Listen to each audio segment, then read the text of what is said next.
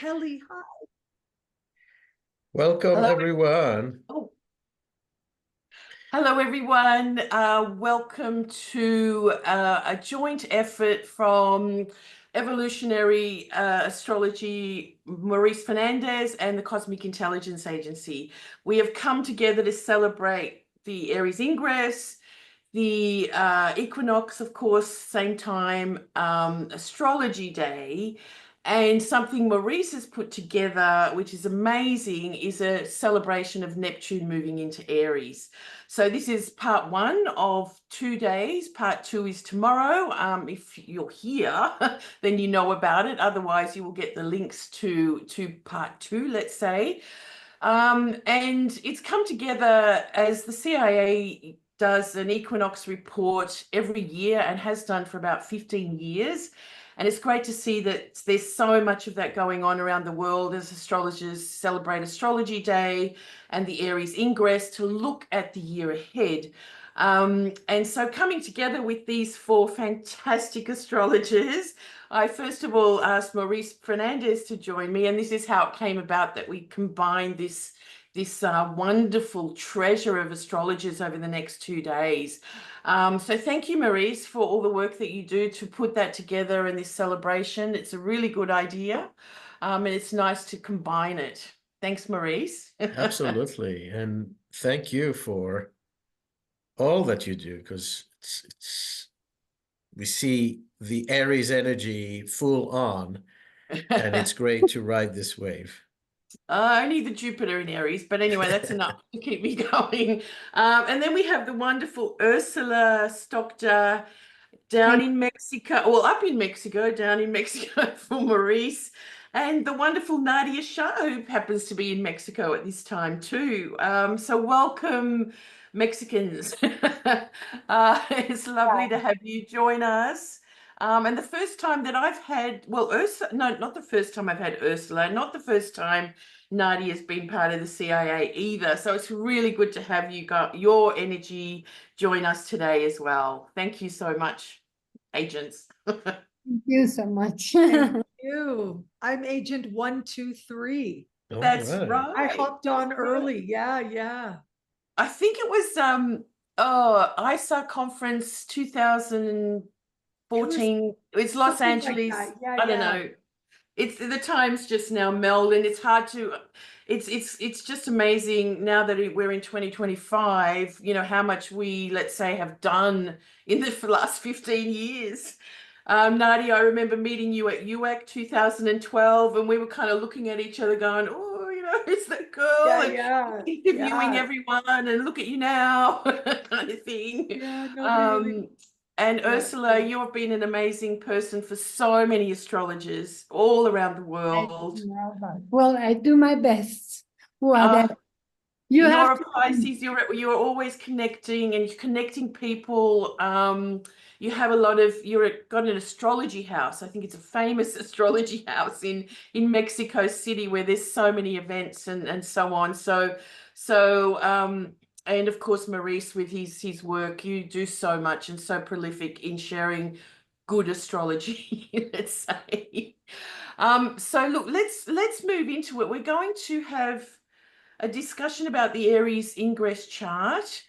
But before we start, is there any comments about, let's just say, where we're at right now? We have an incredible equinox chart, which is a Mercury retrograde, a Venus retrograde, Neptune right at the end of Aries, and all the other things. So, sorry, at the end of Pisces. And the sun, there's something I posted last night, is the sun has just sort of kissed Neptune goodbye as it moves into Aries, because they won't be together in Pisces ever again in our lifetime. So this is the kind of magic moments of astrology, in a sense that you realize that we will never have this again, the sun with Neptune in Pisces. It will be in Aries for the next 14 years. So these are the things we're going to talk about, and focusing on the ingress chart. But we're going to start with Ursula, as she's in Mexico. She's lived in Mexico for many years. She studied the Mexican, Mayan, Toltec, Aztec cultures to do with astrology and Venus. and especially today, the equinox. So Ursula, over to you. Thank you. Thank you so much. May I share my screen? Yes. Okay. Okay, so we go off. I go off, right? It's Ursula's table. We'll Okay. see you soon. See you soon. Okay, well, thank you so much, Julia and Maurice and Nadiya too, all three very, very close to me. And well, thank you so much for the opportunity. So, well, I want to share something from Mexico, from Mexican culture, more that now we are going to have in Chichen Itza the descent of the serpent. Every time during equinox, we can see the descent of the serpent. But I think history is going to be very important because it is the Venus temple, and now we are going to have the Cassimi also from Venus with the sun in Aries. But where did everything started with Quetzalcoatl in Tula? Here we are going to see the pyramid of Tula. This is the temple for Quetzalcoatl, and this is the temple also for Kukulkan. They only changed the name.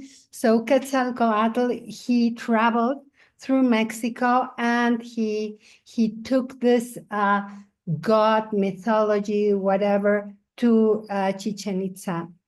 And both of them have a very different way of looking at the relation with Quetzalcoatl or with Kukulkan or with Venus, if you want to. But we have to see about history where Quetzalcoatl started. Quetzalcoatl, the artwork or the sculptures that the furthest away are found for the Olmecas. Then we have the Mayans, we have Teotihuacan, and here we have the Toltecs. The Toltecs were very, very cultured natives. They were very good artisans too, and they really were loved from Quetzalcoatl. Quetzalcoatl descended to them, and they were very poor and gave them the cocoa. And this is one of the problems that the gods got like envy, and well, there everything starts where he has to encounter himself with the obsidian mirror. But let's go on and see what happened. Later when Hernán Cortés, with the arrival of Hernán Cortés, there was this fall of Tenochtitlan. And I want to show this chart. This is a very old chart, but I think it's very interesting to see how the fall of Tenochtitlan was the 13th of August of 1521. And we had this Venus Cassimi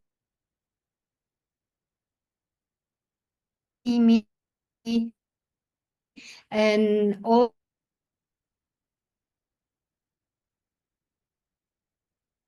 also on the 13th of August, when Venus was also retrograde, and we had several things that were very much alike. And since then, well, we have had a lot of problems with politics in Mexico with this new government. But well, so the myth of Inanna speaks of her descent into the underworld, but we are going to have many myths that are related to this. So Quetzalcoatl's myth is also related to the descent to the underworld. But for the Toltecs, we are not going to have like the 7 chakras. We are going to have only 6. So it's very different the way they looked at in Tula, or here's Tula and here's Chichen Itza, how they related to this myth. The myth in Tula was more related to a ritual, and in Chichen Itza, it was more related to get to the cosmos, to the universe, to have like this union and balance and harmony between earth and the sky. And that's why in Chichen Itza, we had like the first observatory that was very much linked to the cycle of Venus. This observatory wasn't like thought about, or the architecture wasn't like in quarters. It was like this observatory, the wall corners lie in 27.5 degrees, so that they could really see how the Venus, the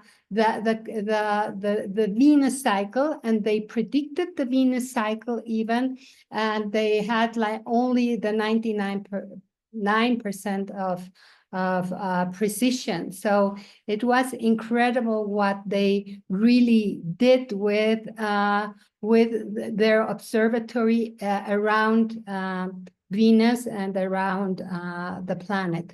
They thought that Sun and Venus were like twins. They were always like together, and for them that was very good. So Quetzalcoatl, or the myth of Quetzalcoatl, is going to move from Tula to Cacaxtla. There are also really great depictions of him, and then it is going to move all this Mayapan to Chichen Itza. Here's where we are going to have Chichen Itza. So in Tula, it is going to be different the way they've envisioned like the Quetzalcoatl, because they made this Chicuco. It's a mountain where they said that here was the mountain of Venus, of Quetzalcoatl, and the pyramids were the sun, the moon, and the planets. So here is where always like the Cassini between Venus and sun happened for them, and that was like something very, very different. So the Venus cycle, here's first Tula, the Tula and the Chicuco, from where they saw the Venus and all the Venus cycle, and the ritual that happened through this Venus cycle was like going through each of these temples, depending when or where Venus was seen. So they divided the monument and the cycle of Venus into six periods. So for them, that was important to divide it. So here's the one of the others. If in Tula there is the mirror that embraces creation. So what do they see here? It's like the opposite, like Quetzalcoatl and Tezcatlipoca, they are opposites. They are not one. So the twin brother of Quetzalcoatl is Xolotl, is the dog that we are going to see how it is going to move and what is going to happen with all this process of transformation of Quetzalcoatl, and why he later moves to other parts of the country, why he leaves Tula, and what happens there that he leaves Tula. So there is a first period, so we are going to divide it in six. So it's the first period where the sun is preparing to resurface in the kingdom of fire. Venus is hidden, and from the square, the plaza, we say it's plaza. I don't know if I translated it okay. It's it's where all the pyramids are. So he has to go and to reach the fire to get like this transformation, this evolution. So Quetzalcoatl goes down, and we have like these carpets that are called metates. These metates are like, they look like this, and what it means, they are the serpents. These serpents where he is going to meet death, and he is going to be with his own death, and there he is going to find himself with Chacmol. There is another Chacmol found recently in Chichen Itza, under the pyramid. So Chacmol, he has here like this obsidian mirror. With that obsidian mirror, he's going to see himself. He is going to see his own shadow through this evolution and this transformation. So Chacmol is not a god. It's like a priest that's going to be between him and his soul or whatever he has to work on. So in the first period of this Venus, the second period, the first one was going down into the fire under the earth. So he has to encounter this part of the underworld. In the second period, here is Quetzalcoatl with the eagle. Mount Chicuco moves westward like Venus when it moves in the afternoon. Travel at night on the eagle of the night. Travel with the eagle that is the symbol of the sunset sun. The Lord of the night gives Quetzalcoatl the mountain. Then the envy of the gods. The gods get very angry at Quetzalcoatl because he gave to humanity the cacao. So the cacao was only like this ambrosia of the gods. So he gave them this, and the gods were very, very angry. So they sent Tezcatlipoca to make this revenge. What did they do on this revenge? He got him drunk. Tezcatlipoca got Quetzalcoatl drunk, and he flirted with his cousin. He had sex with his cousin. And the worst part of it is that Tezcatlipoca gave meat to eat to Quetzalcoatl. That was something really terrible. So in this second period, well, the Quetzalcoatl has to encounter with his shadow. And this shadow is for him very difficult to encounter. So shows him the mirror where he sees divinity. Quetzalcoatl was in Tula and received a trap from Tezcatlipoca, who wanted to usurp his power. So he wanted to take away the power because of the envy too. So what he faces there is that he is going to be without flesh. He is going to die. In this process, Quetzalcoatl is going to die. And there are three organs that are going to be very important in this procedure. That is tonali, located in the head of the individual. That means fate and destiny. Then Teyolilia, related to the heart, the essence was the one when dying and spent some time, went to the place that was destined to it according to the form of that. That was the conscious. And Iyiyotl, entitled, related to the liver, the soul. So when shamans made like this part, when they do like black magic or whatever, what they are going to really want to destroy is the liver. So the liver is something that is going to be very important for this transformation, this Quetzalcoatl or this Venus transformation. So here is Jicuco. And for the natives, the mountain and the sun together represented God. So what Venus has to do is come again to the sun. He has to encounter this place again through his transformation, going through the six conscious parts. So according to Matos and Solis, out of the open flesh in the stomach, a great liver appears, the organ where the Iliyotl soul dwells. The liver was connected to Mictlan, the underworld. The Iliyotl, it is one of the three mystical elements that inhabits the human body. The tonali, the determination of one's fate, is located in the head. So, and the Teyolia, the house of consciousness, resides in the heart. In this sculpture, the deity is showing where one of those three mystical elements rest in the human body until death. So he has to die, and then he is going to encounter the flower. The flower in the body is related to the sun. Here is the flower and the body. So, sorry. But be open to be part of the whole to enter the mountain flower. The mountain flower in the human body is the lungs and the heart. Quetzalcoatl travels along the stem of the flower accompanied by butterflies on the human body. The first butterfly is located in the pelvis. Quetzalcoatl travels along. So he has to travel along the different vertebrae, like the little butterfly, and to have like this transformation. Quetzalcoatl travels along the stem of the flower, accompanied by the butterflies on the human body.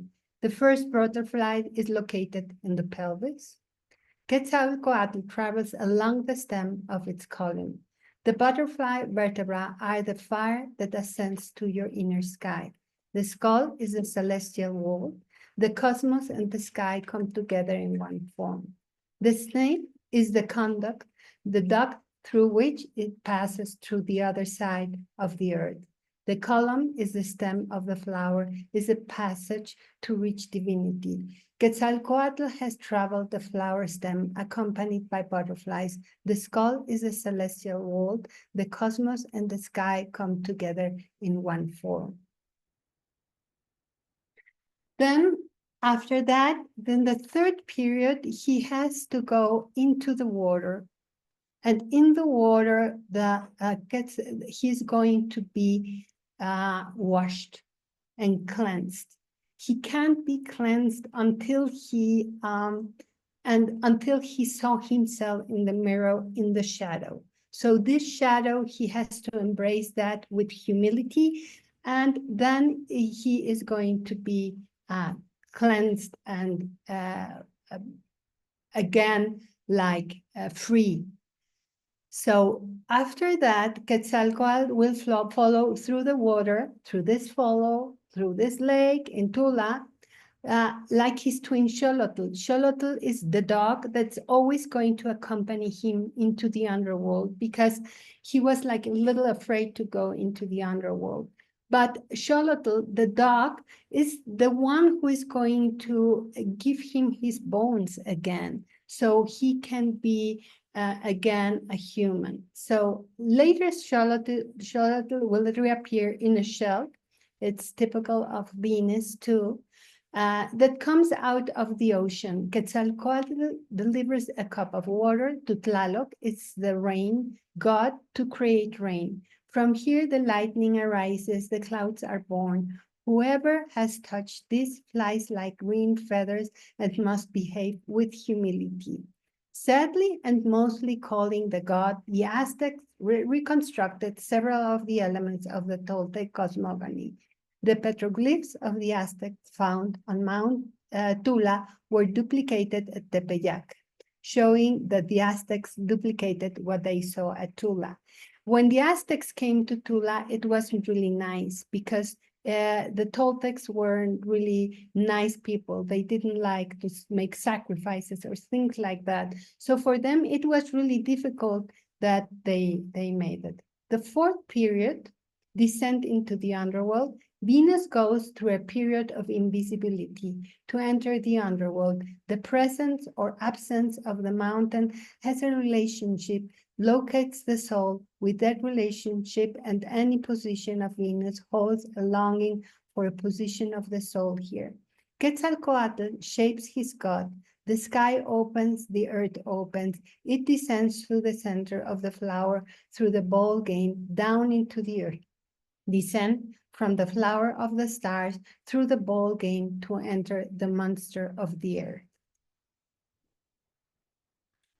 Here, Quetzalcoatl joins his flesh and bones. So Xolotl gives him back his flesh and bones so he can again be reborn and can regain all his strength. So the planet that is closest to the sun is Mount Chicuco, Venus, the morning star, visible for both, for in Chichen Itza, for the Mayans, and for the Toltecs, the Venus morning star was the important one, okay? Well, not less, but it was. The draws, Quetzal will be burned by the sun eventually. Birds of many colors are born, and from their heart arises the morning star. He burns himself in the bonfire. Many birds are born. From his heart, the morning star rises. The eagle that represents the sun eats Venus. Venus and the sun merge into one.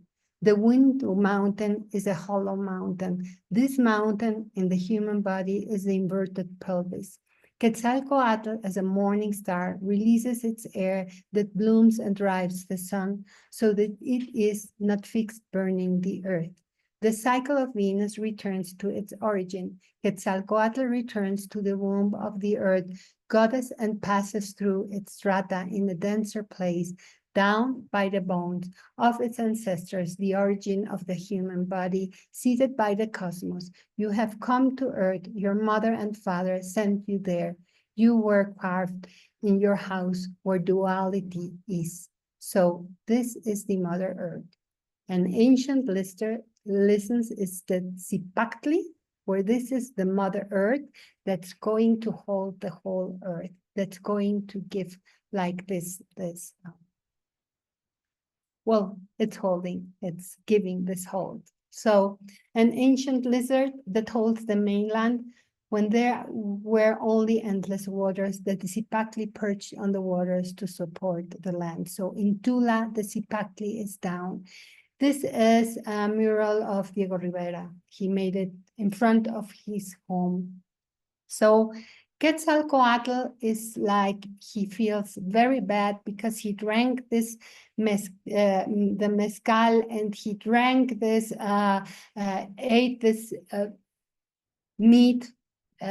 So he is very, very much ashamed. And so he goes from one place to the other and the last time they see him is in Tabasco. It's one of the routes where he's seen, where he gives also the cacao seeds, and from there he has never been seen. So it's sad that really we as Mexicans, we are more related to Tezcatlipoca, this shadow that we have in Mexico, than to Quetzalcoatl. So Quetzalcoatl is someone who is like very far. It's like Jesus in a way. And here we have also the sad, this part where he goes to Tabasco, to Nonalco.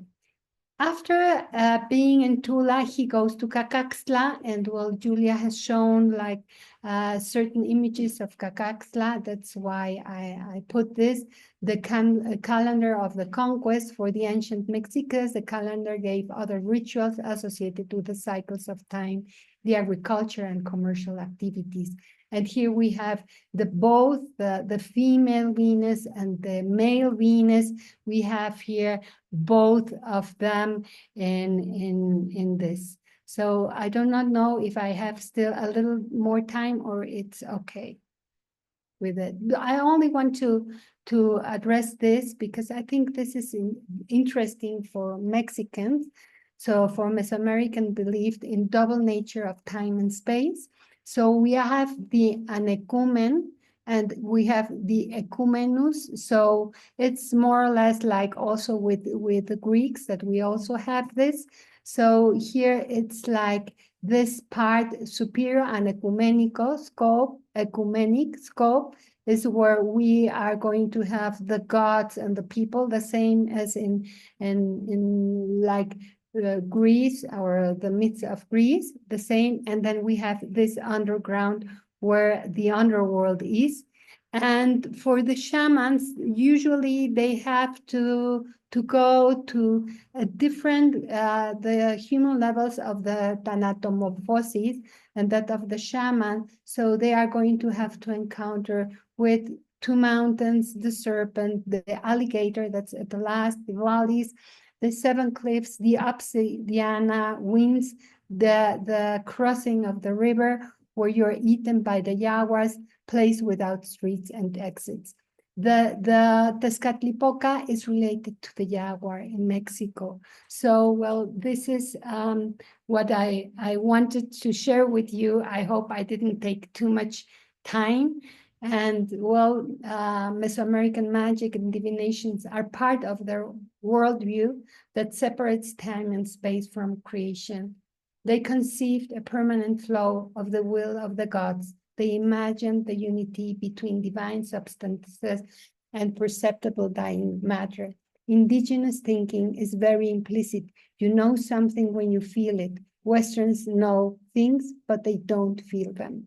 So that's the huge difference with the Mesoamerican and the Mayan cosmogony.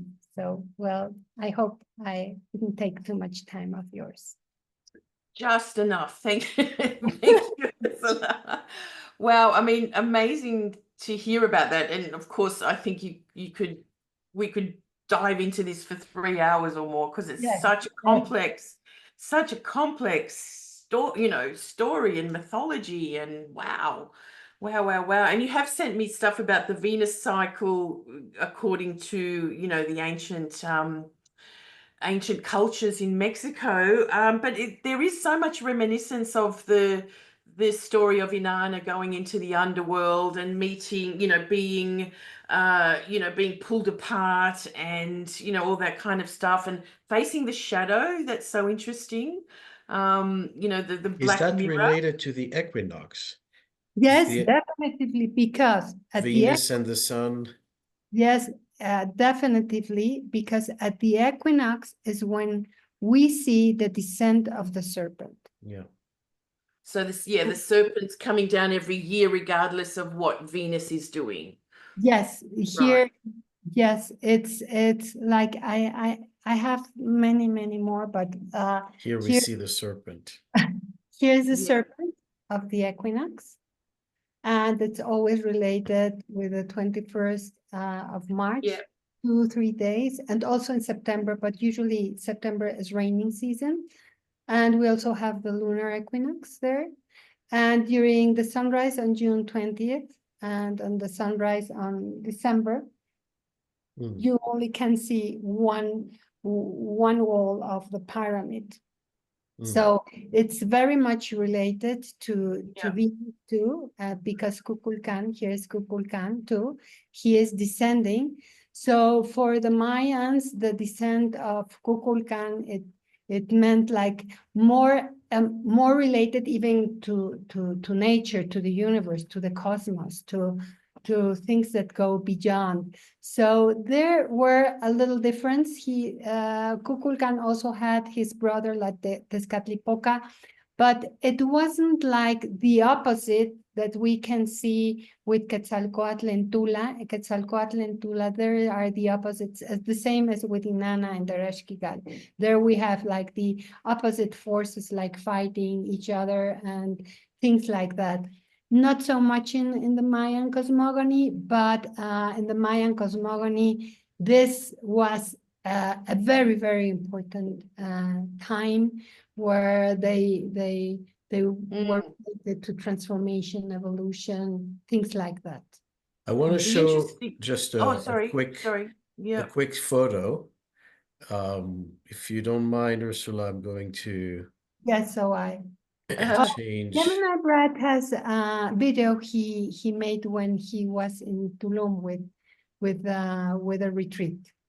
You can ask him. This is Tula. You remember we were there for the Day of the Dead. And there's one thing about Tula, it's an amazing temple, and all the history, mythology is palpable.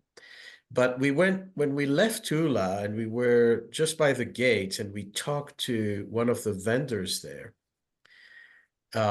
they started to tell us that just the night before, there were visitors from other places. And, you talk to someone who sells you sodas and they casually speak about frequent visitations from other, other other dimensions. And there's a Right. video you can see on my YouTube channel if you search for Tula, where he shares that story, which is Right. They Wow. they don't even know how these big stones were built of with a photo of yeah. Maurice. They don't know how they carried them All or right. what happened. So they say that it wasn't like humans who did them, like people. That's So so true. Many many ancient rocks, rock yes, places around the yes, world. Yeah. these are huge. It's huge columns. Mm. Very difficult. So they are even in the Discovery Channel. You can search for Tula and the story of Tula. This, Okay.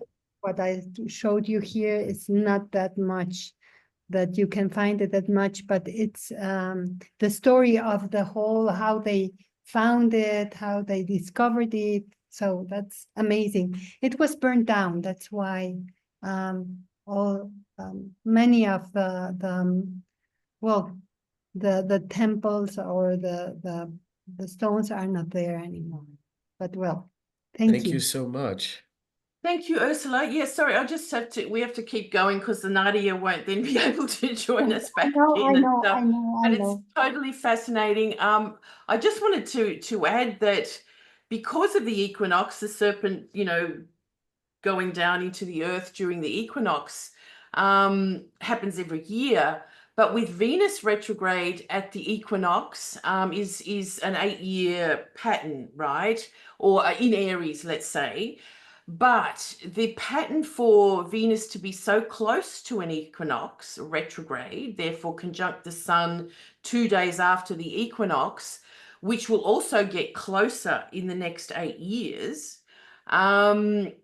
is a 251-year cycle, right? So this does not happen with Venus at the equinox, only every 251 years. So that's what makes this equinox incredibly special, right? Have the year of the serpent too. Oh, yes, in the year of the snake. Yes, of course. Now, I'm trying to move my slides, but they're not moving. So let me start that again. What is going on?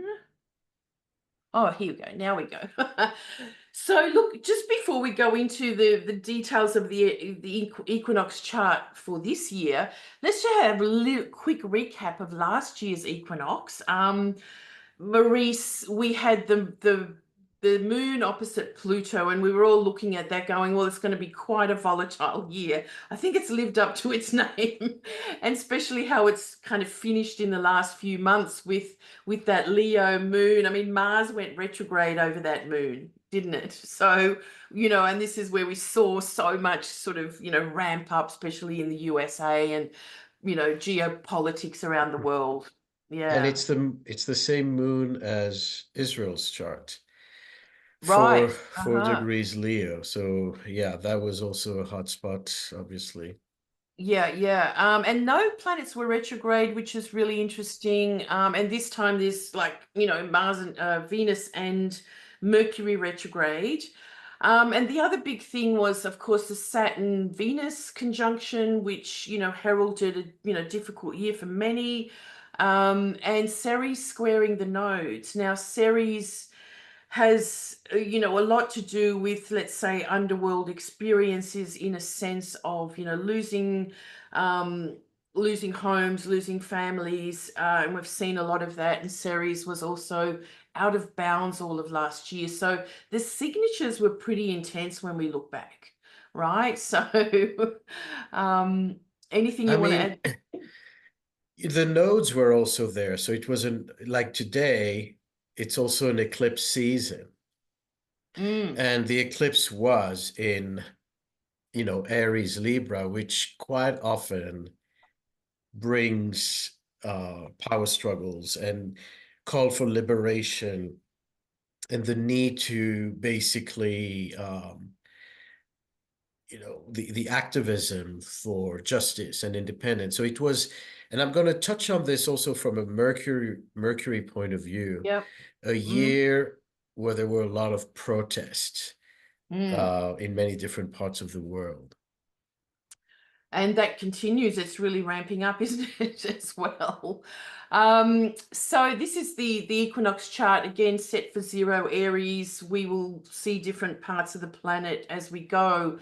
But, the Sun, Neptune coming together, has been coming through the cardinal points closer and closer over the last year, especially, and will continue, so that, every cardinal ingress, we've got, a connection to Neptune, or a square to Neptune, opposition, and then Saturn over the next coming months as well, joining for the cardinal ingresses. So, this kind of, let's say, energy is not over in a sense, although Neptune will be going back and forward, into Pisces and stuff as well. So it's an interesting, I mean, dynamic to think about. if Neptune moves into Aries on March 30th this year, and it's going to be, Neptune at 29 Pisces, and then Mercury at 0 Aries. But Mercury's retrograde, right? So what is it so important also to always look at Neptune and Mercury is that they're the rulers of the nodes. Right. And so, modern ruler, you can also look at Jupiter for the ruling North Node planet. But the fact that they're conjunct and that they keep changing sign between 0 degrees Aries and 29 Pisces, forward, back, is extremely relevant, because that's the seeding degree of the zodiac. That's the conception and the birthing time. So these planets circling around, through their retrograde motion and rulers of the node, really are anchoring some kind of new consciousness, new patterns that we may not fully understand right now. We may kind of see that coming. Yeah. And I think this this 0 point being so activated by Mercury retrograde and Venus retrograde, that begins this this passage, let's say, and relates to what the transformation that we're going through during this time, as Ursula's mythology showed us as well, from ancient times, when the planets disappear into the sun, they're transformed or transmuted to rise again in a new form. And this is happening with so many things right now.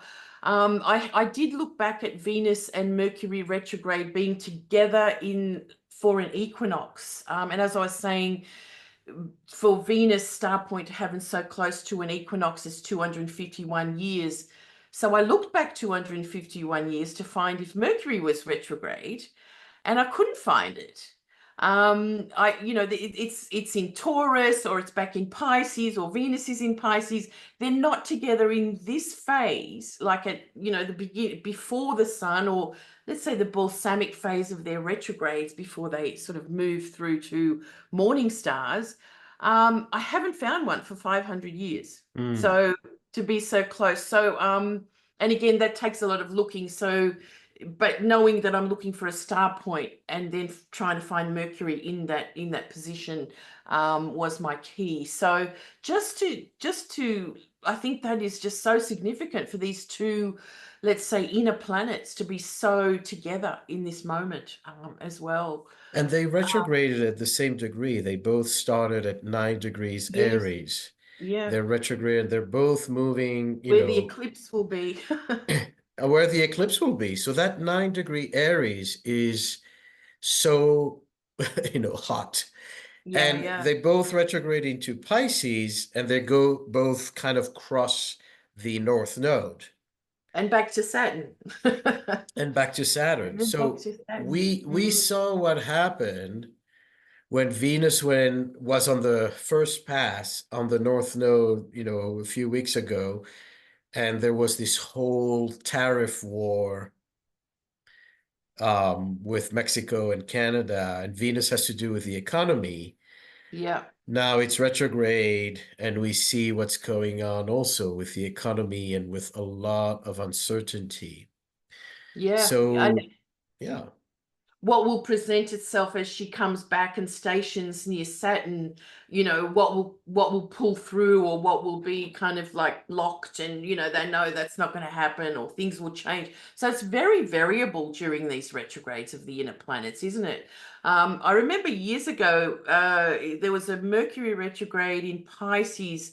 It was in 2020, just as COVID was kind of coming up. And I can't remember which astrologer said it, but like, if we look back at this Mercury retrograde we just had, the world just changed, like the world completely changed. And so these are the kind of things that, we can kind of, go, okay, what's still to change? Mercury just went retrograde in a sense. So then we look at the moon. Sorry. Yeah.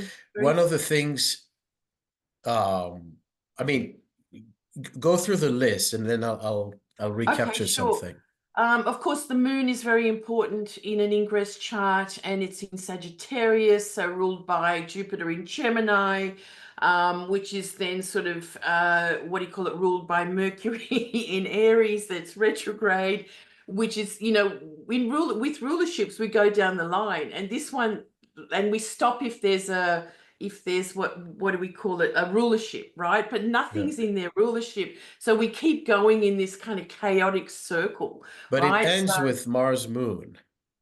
Well, Mars, moon, but then back to the moon, back to Jupiter, back, like it's like this. And same with the sun. Sun is ruled by Mars in Cancer, which is ruled by the moon, and we go back. So everything's just kind of very fluid, very moving, nothing solid, determined. That's how I'm kind of seeing that.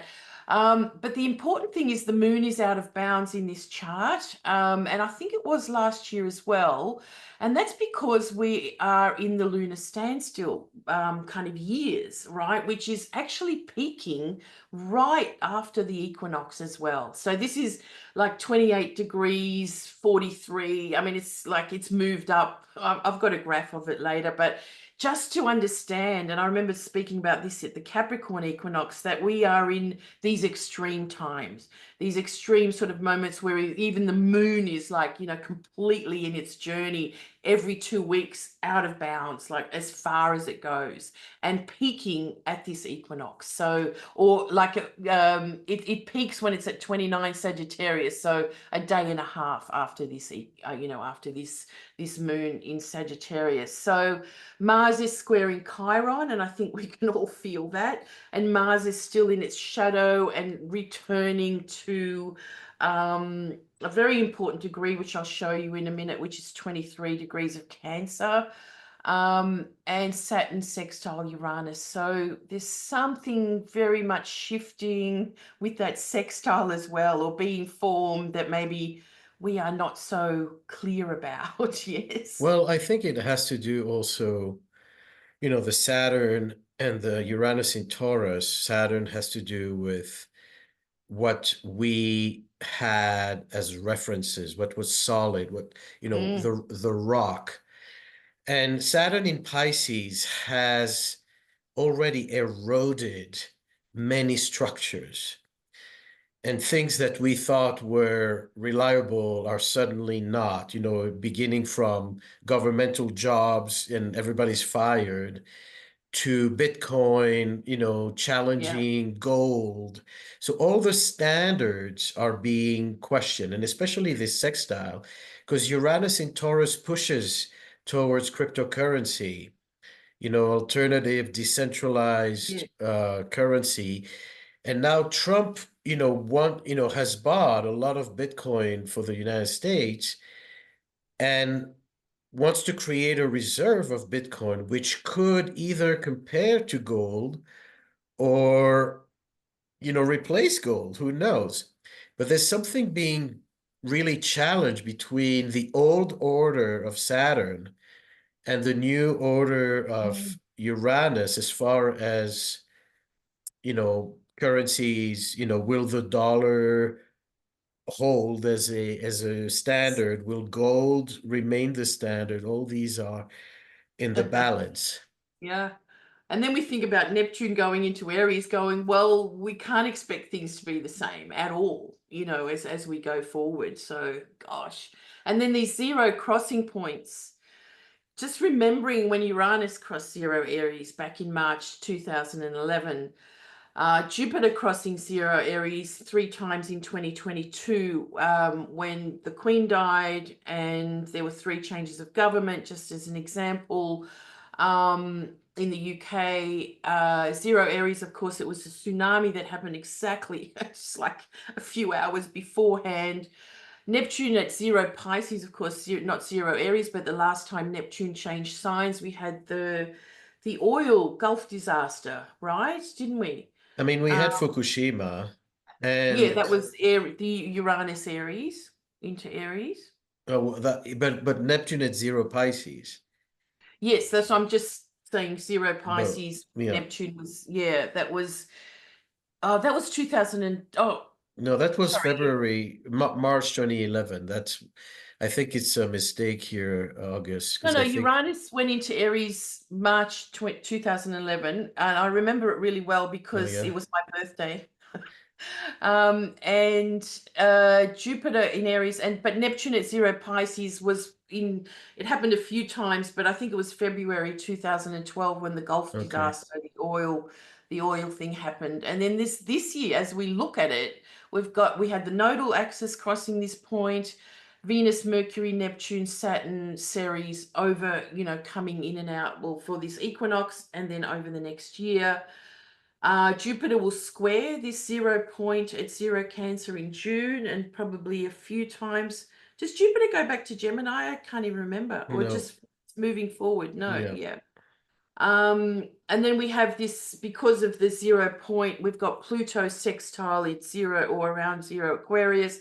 And then when Uranus moves into 0 Gemini, also in July, we've got this, incredible sextile going on as well. So these 0 points are really kicking off, aren't they? absolutely. And what also is interesting, if you go back to the chart, Yep. The moon in Sag with all those fire energy is very much about expansion, a climate of entrepreneurial ventures and having dreams, wanting more. And we see also with what's going on with the change of leadership in the United States that we're shifting into expansionism, from a time of contraction, from a time where we were careful about are we over consuming, are we destroying the planet, should we be careful, to a time where we're like, let's buy new land and let's get this, let's take over the world. Let's take over the world. And the Arctic routes opening up, offering new passages. So there's something about that moon that opposing Jupiter that also brings an element of optimism and excess. And then you have the Saturn on the North Node, which is all about accountability and all about, paying the bills. And are you really, can you afford all the things that you say? So this fire and all these planets moving into fire, Aries and Gemini, and is energy going out. We're back to the booming phase, which is interesting. Well, again, when too much booming and what happens, then there's a crash. So being careful in our own lives, that optimism is very good to, let's say, harbor in these times, but being careful of overdoing it is very cautionary in this chart. Yeah. isn't it? It's really showing. So, Which is you know, the out of bound moon as well. yeah, You know, you yeah, mentioned it's a oh, Sag moon, which yeah, brings promise for positive stuff, but it's also out of bound. It can be excessive. and And then Mars is still out of bounds too. Forgot to write and that in. Mars is still out of bounds till April the 6th. Mars So, and Mars is the ruler of all these Aries planet. And mhm, Mars will rule, I think as we get into our Neptune in Aries description, throughout the time that Neptune will be in Aries, we have to track Mars yeah, because Mars is going to constantly reflect on what's going on with Neptune. So now it's in Aries, in Cancer. We speak about security, we speak about nationalism. Do yeah, we feel safe, yeah, right? yeah. I mean, I always remember the combination of, let's say, Neptune and Mars can do amazing things, right? Like amazing feats that would never be dreamed about, so it's really significant or important for us to sort of nurture our dreams, because don't give up on thinking that this can't be done or can't happen, because it takes that sort of that drive and that enthusiasm of Mars to really sort of, let's say, build a dream, or keeping that in mind. So that we need to get the positives out of this as well, don't we? Yeah, no, for sure. Yeah. And I just want to bring in some midpoints, because look where the Sun and Moon midpoint are. Huh. Conjunct Pluto. Yeah, yeah. And so the Sun and Moon midpoint, of course, very important in any chart, or if you haven't looked at that. So coming together right on Pluto, how do we read that? Like, it just accentuates Pluto and its position at this point. And I think Pluto in Aquarius has really sort of puffed up that whole billionaire, like sort of psyche that is, circulating everywhere. And maybe this is bringing down to earth maybe a bit more. I don't Well, know. and it's the whole, Pluto brings both promise of growth and shadow. And so we're in this age of technology and this age of space exploration and this age also of community, where on the one hand we are ever connected and technology is speeding up so quickly. And then we see the threats of, abuse of that and abuse of AI and, too Mm, many satellites in the sky and all the debris, we call that the Gulf the of, rockets crashing. yeah, the Gulf of crashing Elon Musk's rockets. And, we've seen also a lot of air flights and accidents with airplanes Mm, with this movement of Pluto in Aquarius. yeah. So I think it's always when I speak of Pluto in Aquarius is you want to go high to the sky, Aquarius, you have to root down to the underworld with Pluto. Like you need to grow both to the depth and to the height. Otherwise, it doesn't hold. It's like that balance that Ursula was saying, the cosmos is in the head, and Exactly. we've got to ground it to the earth. Yeah, it's also melding together. And then the other midpoint that's significant is Mars and Ceres, right? And this is significant because anything at the mid fixed degrees is 45 degrees from the world point, right? So that therefore we can see that the 0 point is very much connected to Mars and Ceres. And And I've it's got a bit, sorry, it's all about food, and it's all food about food security, prices. Yeah, prices, economy, sorry. eggs. I want to go So back to Why doesn't it go backward? Oh no. Oh, here we go. Sorry. So, anyway, just because of, I just want to bring in the world points. Some of us might not be aware, but of course, the world points are known as the 0 point of Aries, but also the other cardinal points. So, the world tree axis is 0 Cancer and 0 Capricorn. The equinox points east and west are the 0 Aries and 0 Libra. But when we looked at the midpoints here, and you can, these are like the same, it's the same kind of energy, let's say, but the midpoints on what we call a Cosmo 90-degree dial helps you see the midpoints much easier. And the Cosmo dial is, if you've got a circle, right, and you fold it in half, you fold it in half again, and you keep folding it, then you put a nick into the little piece you've got left, and that will show how everything is connected by midpoint, right? And so it's something to get to know, and I'm not going to teach it now, but it's just, what I want to show us is how many things are connected to the world point in this coming year, and through some world leaders and stuff. So the way you read a Cosmo dial is that all the cardinal signs, Aries, Cancer, Libra, and Capricorn, are all represented in the first 30 degrees of what we call the 90-degree dial. So it's only 90 degrees. So it's almost like everything's folded up into a quarter of the 360 circle, right? And then it's kind of expanded. 30 degrees of fixed, 30 degrees of mutable. So if something's conjunct, let's say Venus and the North Node are conjunct in Pisces, they're going to show up together here, okay? And all the planets in mutable signs will show up here, all the planets in cardinal signs will show up here, and so on.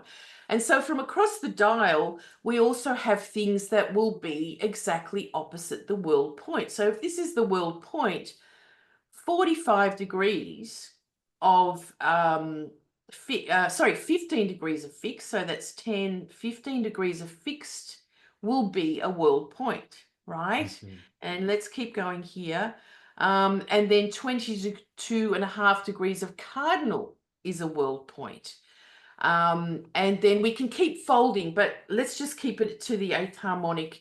And then we fold it again, and we've got 11 degrees of cardinal, 5 degrees of fixed, and you get to know this, and you kind of can't stop seeing it. Do you know what I mean? It's like learning the Venus star points or where eclipses are for a year.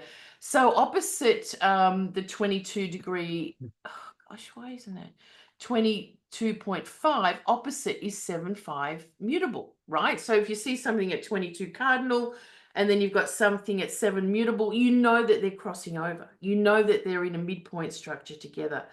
And if we remember what happened in 2020 at 22 degrees of Capricorn, it was right there. We had Saturn, Pluto, the Sun, Ceres, and Mercury kind of ushering the COVID era, right? And lockdowns and all that kind of stuff. So that's just kind of a reminder of how we see this kind of operating in world charts and so on. And so therefore in this equinox chart, again, we've got Sun, Neptune, Venus, Mercury, and Saturn crossing these points now and over coming weeks and months. We have Chiron sitting at the world point as well, like at 22, and then coming into it as well. And if we know the USA has got Chiron return going on at the moment. Then we've got the Mars series, again, as I was saying, fixed 15 degrees fixed is a world point, Mars and Ceres midpoint. We've got Uranus coming up to a world point in coming months, so over these next month or so, Uranus will hit its world point. And if you can go back in this to see the world points again, as I've structured them here, as you can see, 2016 fixed, 15 fixed, and so on. And then we've got Mars coming up to 22.5 cardinal as well. Mm. And this is really interesting because the Trump inauguration happened when Mars was retrograde at this point, right?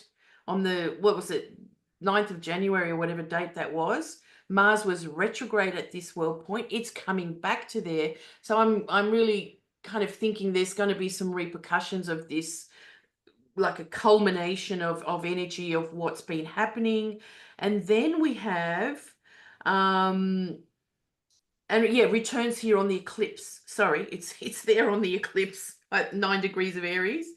And then of course Neptune enters Mars's sign. And then look at where Pluto is heading, not quite this year or next year, but towards the end of next year, it's coming to 5 fixed, which is also one of these points. So we've got a lot being pinged off by this midpoint structure. So Bill Meridian did a webinar with the CIA just recently and, you know, reminded us of all these things. So, you know, mundane astrologers are very much looking at these points, and a lot easier to learn it by the dial. So, and now these are the world leaders that have, let's say, natal positions very much connected to world points. So Zelensky has Uranus at 15 degrees of fixed and his Sun and Venus at 5 degrees fixed. So again, a world point that I've just showed you. The USA has its nodes at 6 fixed. In this dial stuff, you keep things very tight orbs, but you know, it's close enough, I think, 6 degrees fixed showing that. Donald Trump has Saturn at 23 cardinal and Uranus at 18 mutable. So you can see him playing out his kind of story in the world big time at the moment. Putin has Neptune and Mercury at 21 cardinal, so very much in that area. Netanyahu has Sun, Moon, midpoint at 23 cardinal and his ascendant at 7 mutable. What's his ascendant? Gemini? No, I can't remember. Anyway, Sag, yeah, right. So he's right there as well. And then unproclaimed leader Elon Musk has his nodes at 15 degrees of fixed, his Venus at 18 mutable, and his Sun at 5 cardinal. So when you look at these structures, like again, back here, all these degrees are all in these big leaders that are in our kind of showcase at the moment, leading the world right there. So it's interesting. Absolutely. Yeah. So, and then this is just the dates for the peak of the major lunar standstill, and as we can see, this one here, the 22nd of March, is the most extreme, just by 3 minutes of arc, but it's still, you know, it's still, we could say it's the most extreme. So again, very extreme, very definite, determined times going on. Now, one way we can look at what's happening in the world through the equinox chart is, of course, where we would do individual charts for any kind of capital or nation. But when we look at the ACG map, so the timing of the exact ingress, we can see where things are rising and where things are setting. And what we can see, let's say through... let's start with this area here. Through the Ukraine and through Europe, we've got Mars and we've got Saturn and the nodes up on the midheaven. We've got Mars ascending through the area. So places like Tehran have Mars right on the ascendant, as we can see it here. We've got Venus and Mercury on the midheaven as well. So this is how you can kind of go, oh, I want to look closer. You know, I want to look closer into this because I can see Mars rising through Tehran and then and through Moscow, right? We've got Ceres kind of rising through Kiev, or on the midheaven through Kiev. We have Saturn on the MC also through Israel and Gaza. It looks a little bit more to the right from that, but with ACG maps, you know, you can have like 300 kilometers or 500 kilometers representing about 5 degrees to be still very much, you know, sitting on the midheaven. 9th or 10th house or so on. Then through the USA, we've got the midpoint of Mars and Ceres going through the Gulf of Mexico with the midpoint of the Sun and Moon. We've got Mars on the descendant. And we've got the Moon right through this area as well. So, you know, this sort of tells us, you know, what the kind of energy is. Although where's Pluto gone? Pluto is with, oh, Pluto's with the Sun and the Moon. Sorry, yeah, it's rising. So Pluto's hidden, see over here, Pluto's hidden in its midpoint that I've got on here. So Pluto rises through Washington, D.C., Pluto and the midpoint rising through DC and then crossed by the Moon. We've got Jupiter going through the UK.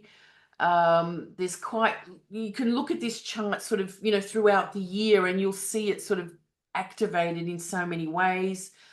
Through Australia, we've got Chiron with, is that Mars through there? Also Mars, you know, the big repair happening after the recent cyclone.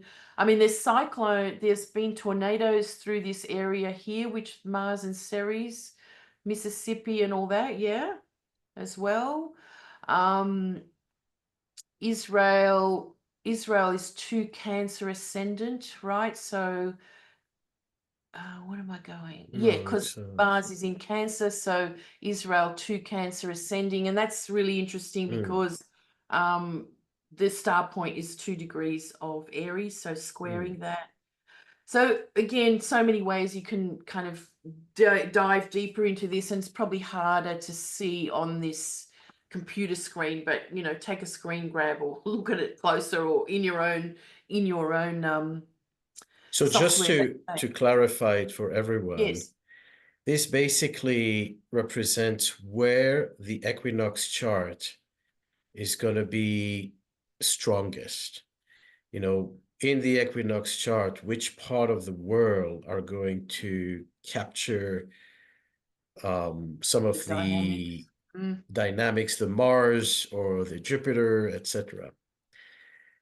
So this gives us a clear indication. You see so many lines going through the Middle East there. Yeah, but let's just say if you followed Mars line, the unbroken lines are where it's ascending, and then it changes to where it's descending, right? Mars, just to follow. So this is how you do it, or following the Pluto line, you know, where it's ascending and then where it's going to descend over here. So we've got Mars kind of opposite Pluto in a sense, right? On different sides of the planet.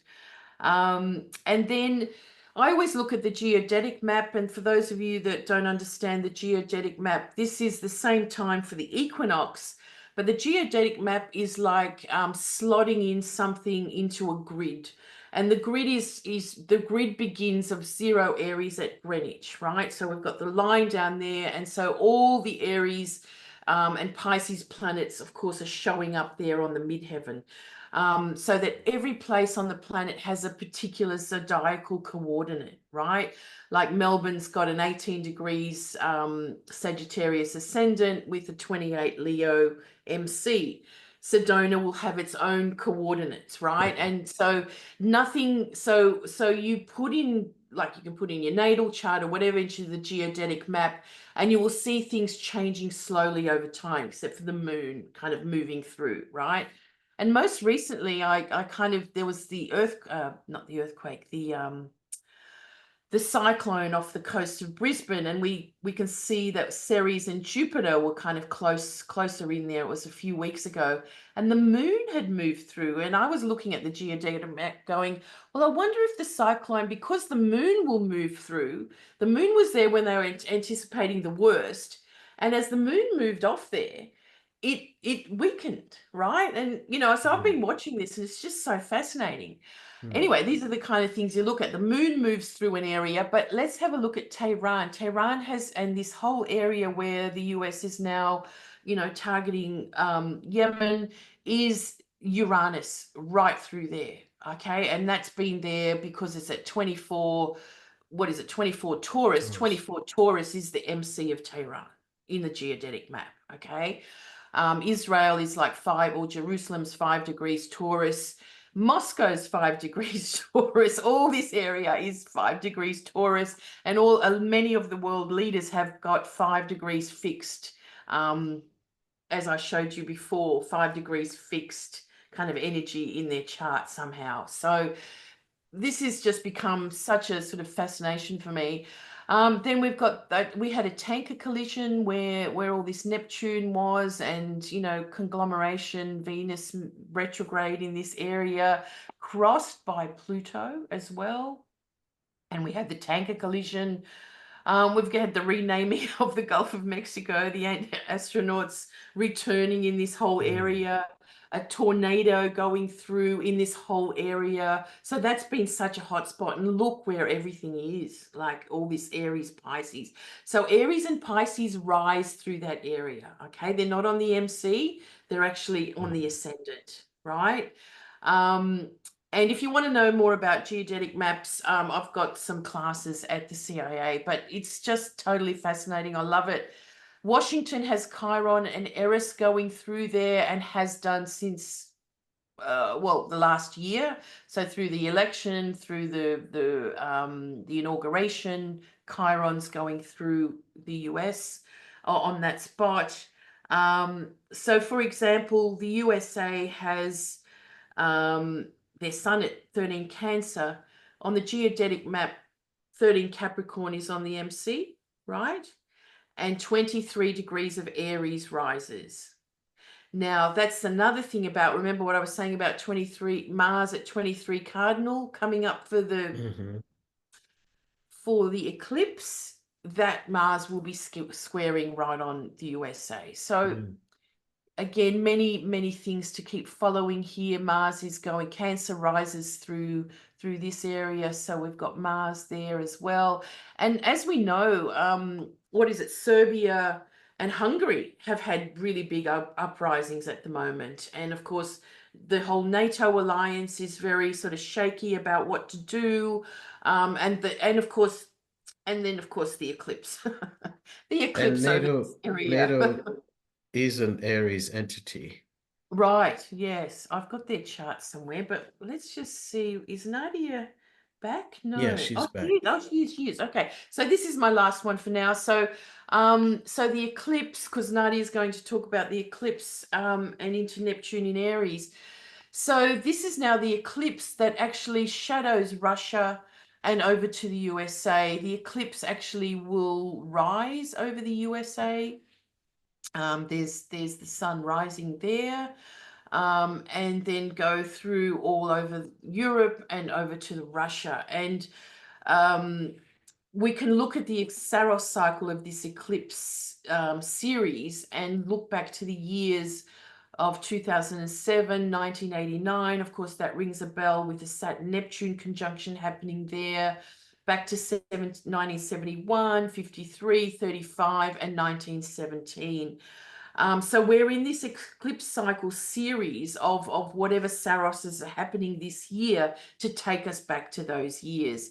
And then also last week, Bill Meridian did an eclipse webinar for us and just reminded us, now, this is the Saros that comes, the next one at 29 Virgo, later in the year, on the 21st of September.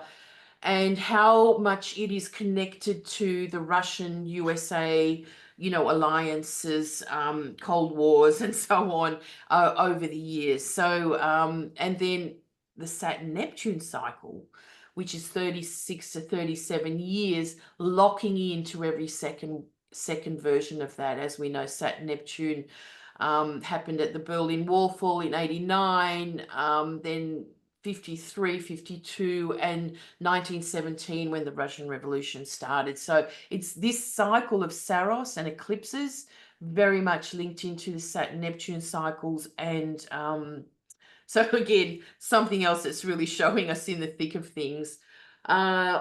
This is a chart for Tehran that Maurice asked for to be added here. Yeah.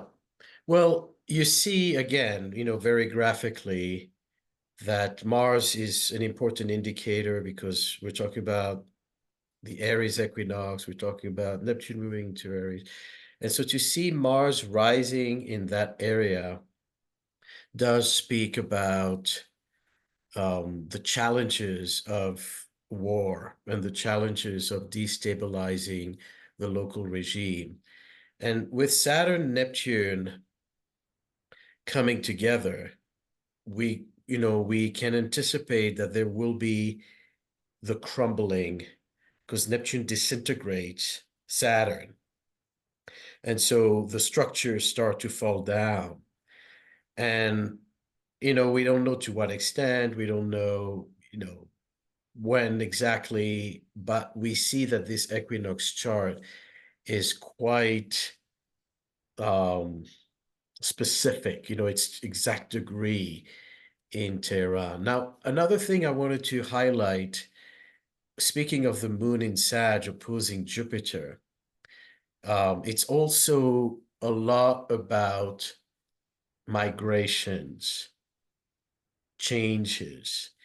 If we look at the nodal axis in Virgo Pisces, which has to do with employment and has to do with employment and the economy as well, then you have the migration axis of Sag, Gemini, the ruler of the moon is opposing it. There seemed to be that, there will be a lot of ideological, a lot of religious, ideological fervor, people getting all excited about their beliefs and about their religion, but also a lot of migration and cross-cultural changes because possibly of employment opportunities or employment losses. So that's another thing to, look at when we speak about tariff wars and, who can travel and where are the bans, Saturn on the North Node banning travel. How is that going to affect international affairs, immigration, migration, not just in the United States, but, all over.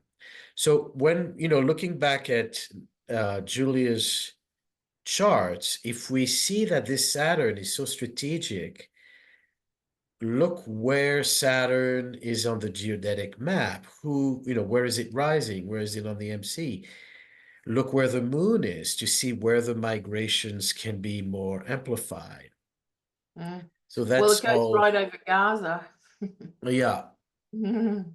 Yeah. And we will obviously see a lot of changes in Gaza, not, what's happening now, breaking the ceasefire, but we see that with all this Aries energy, the Palestinian cause is likely going to be amplified as far as calls for independence, Aries. So yeah. 1917 was also when the Balfour Agreement happened, which was the first time the British Empire kind of said, oh, let's assign some land, take it from these people. So it's got that whole, that whole thing is so connected to what's happening now. Nadiya, welcome back. Your internet's back.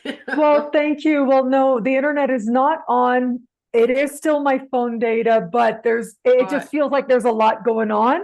But I'm like, I can do this. If anybody can do it, I've been doing this. I've been doing astrology. I can do astrology no matter what's going on around me.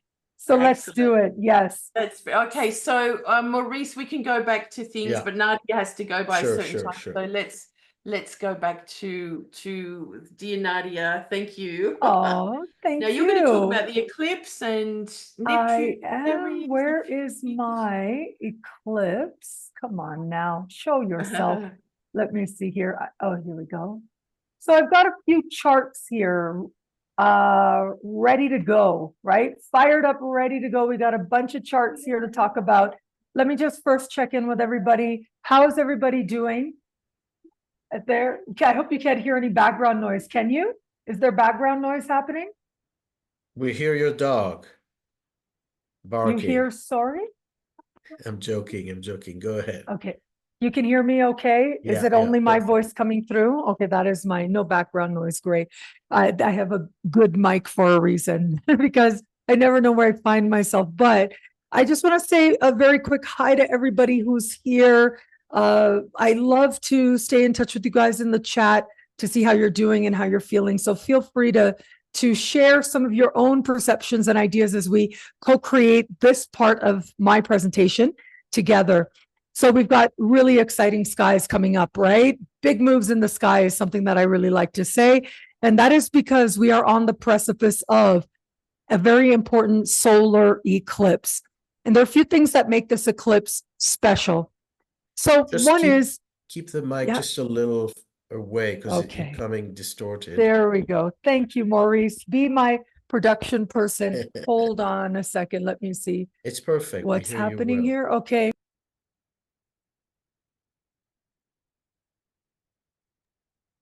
So, okay, here we go. Let's jump in.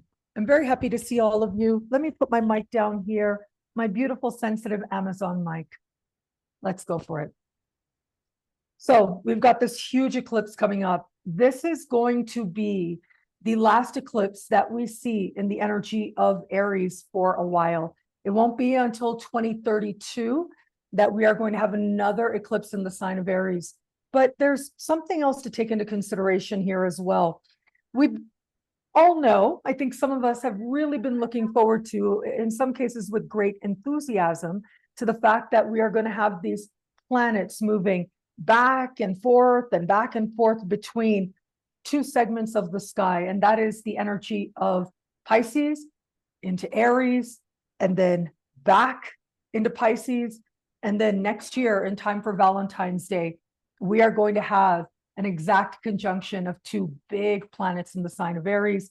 You guys know which planets I'm talking about, right? Let me know in the chat if it's coming to your mind, because it is these divine moves that are speaking profoundly to our changing times and signs. I have been saying since the start of the decade, the world that we start the decade with will be a very different world that we end the decade with. And it is this shift from an energy of pure diving into water of Pisces and this brand new sense of a fresh beginning for all of us in our lives, yes, but also as a collective, what that just might be. It's like we're on the precipice of understanding that and finding that out. But it's the big planets of Saturn and Neptune that are going to be changing signs. Saturn, you get Saturn changing signs about once every 2.5 decades. But of course, as it's been mentioned, Neptune happens a lot more rarely. It takes about 150 years or so for Neptune to change or to return to the sign that it was in. It takes about 13 to 15 years to move from one sign to another. And so this move right now, this sense of us moving back and forth between Pisces, Aries, this is a time that is not to be repeated very likely in our lifetimes. Even though I know, and I've been saying since I'm a little kid, that I'm going to live to 150 years old, still, I probably am not going to see this Aries, Pisces, Aries energy again. Now, all of that is to say, huge planets shifting into a new sign, into a new energy. But what is that going to mean for you in your own life, in your own path? Well, it is right now that Mercury and Venus, and also this eclipse, is going to start to point the way as to what your personal fresh start just might be for you. I think it's fascinating that we're having this mirroring effect, if you will. Whereas, yes, we know big planets are shifting, but the fact that Mercury has been preparing us, helping us to understand what is Mercury, it's mind, right? It's understanding, it's the thought processes coming together. And so much of what it means to be human is to understand how we think about ourselves and each other. But also Venus. Venus is a big part of this as well. And so it isn't just about where the collective soul and faith is taking us. what adventures, the ways in which our faith might be manipulated might take us, which can be one face of Neptune. Of course, not the only phase, but it's also about where our heart's going to take us collectively and personally. And by personally, I mean for you, where's your heart going to take you? Where's your mind going to take you?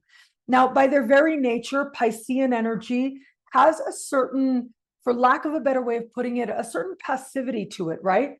It kind of goes with the flow. It goes along for the ride. And Pisces understands itself as part of a universal one.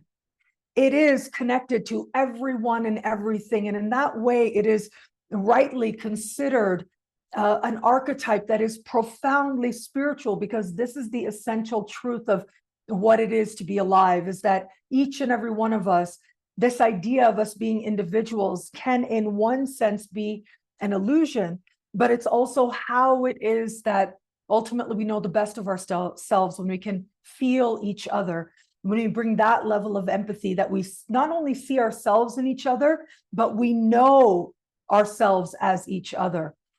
But Aries energy, this is pure fire. This is cardinal. This is about your will, you deciding what direction you want to go in, you deciding on whatever your impetus is, that most immediate feeling, and trusting it and going with it.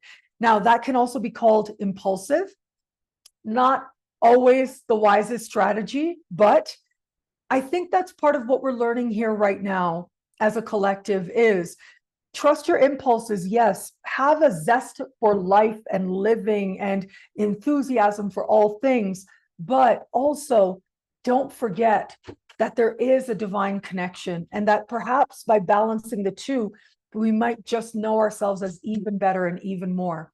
So now here we are on the precipice of this big eclipse, an Aries eclipse. And I want you to look at this because the eclipse is at 9 degrees of Aries. Okay. What is happening the following day after the eclipse? Neptune. Neptune changes signs. And what that means is Neptune is at the very end of the sign of Pisces. This is what astrologers call an anaretic degree, meaning that the traditional astrologers would use a certain phrasing like crisis, right? But we, as modern astrologers, we use phrasing like culmination, conclusion, but also concentration as well. It is a concentrated degree in the sky. It represents a moment where all the lessons that we've walked over the course of the last 30 degrees of that sign, they all come together in a much more obvious way, very much on the sleeve, as they say. But here's another factor to consider. This is the very last degree of the very last minute of the last degree of the entirety of the zodiac. It isn't just that we're getting 2957, 2958, 2959 of Pisces, but the very next degree is 00 of Aries.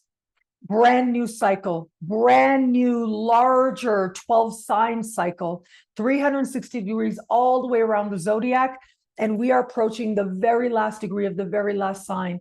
And that makes this a moment when a lot is going to be stirring within us. A lot is likely to be rising within us at this time as well.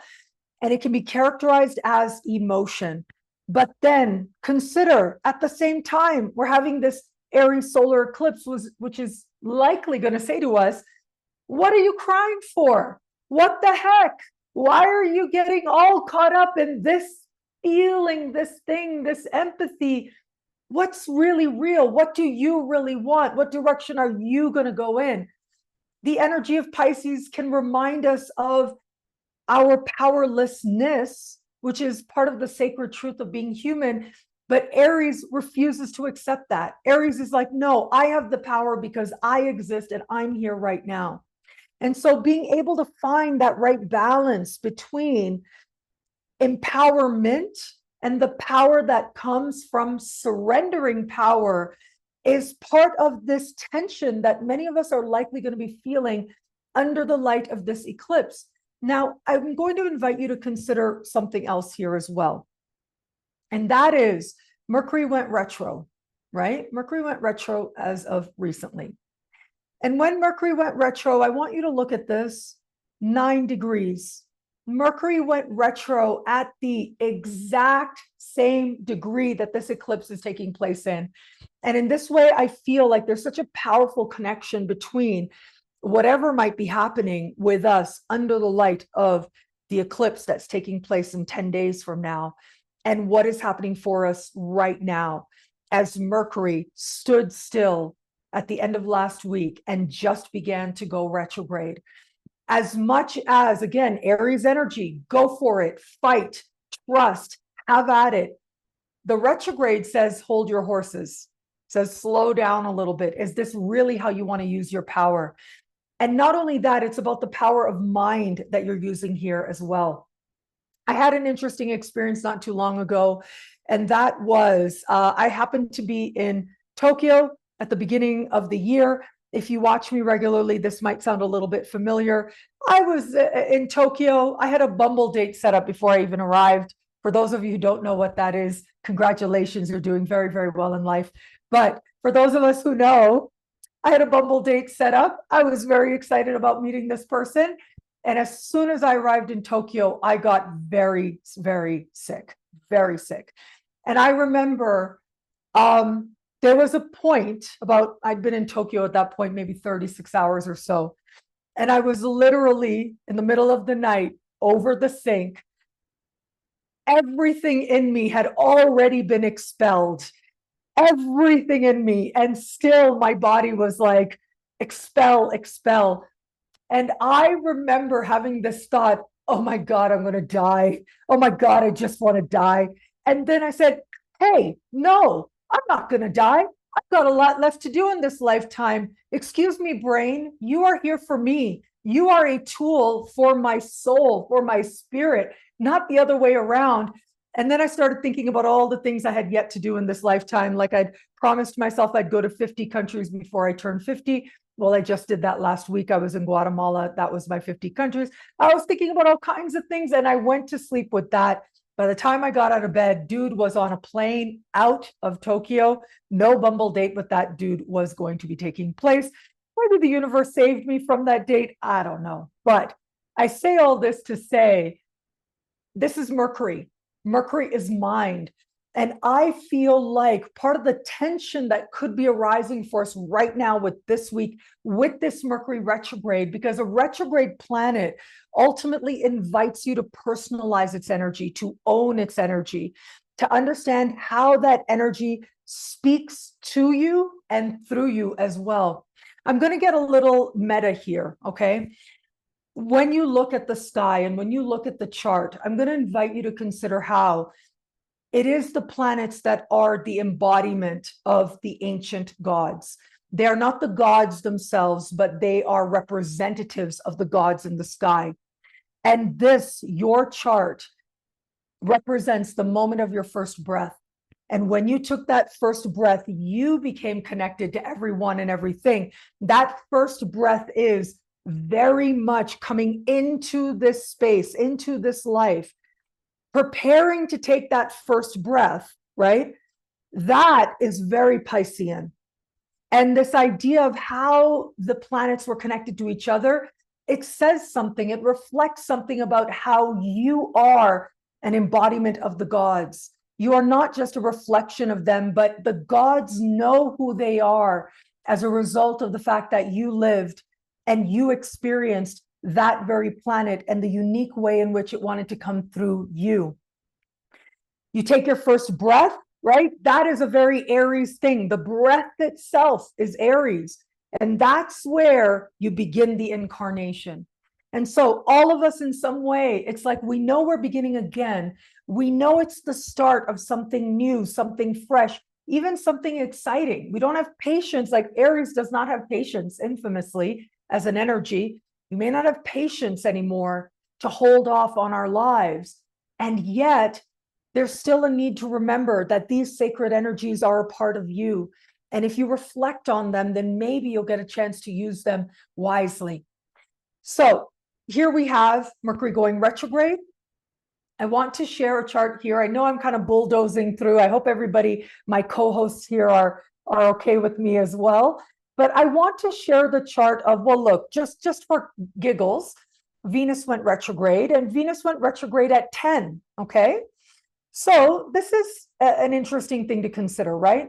Venus went retrograde at 10, which is not 9, which is not the eclipse degree, but it is still at that place where we're getting a feel for the energy. Is there love here? How committed are we to living a path of heart or not? What is our beginning going to look like? How committed are we to ensuring that whatever our own will, our own desires, our own empowerment, wherever it might take us, ultimately, there's also a sense of us still remembering that there's something else, more wise, more interconnected, that we can still tap into for wisdom. And have a look here, Mercury going direct. And I wanted to share this chart because I want you to consider what's happening here. This is Mercury going direct.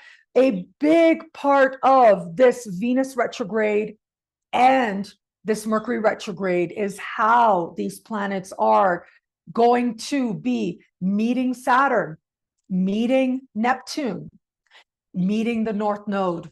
These are key signatures of this moment. And what that means is it isn't just about the contrast between what you feel, what you allow, what you're open to. It isn't just about the desire that you have to fight for your life and go out there and fight for what you want, very Rocky Balboa. But whatever's happening now, it is part of a soul's desire, and we're not always aware of what that is.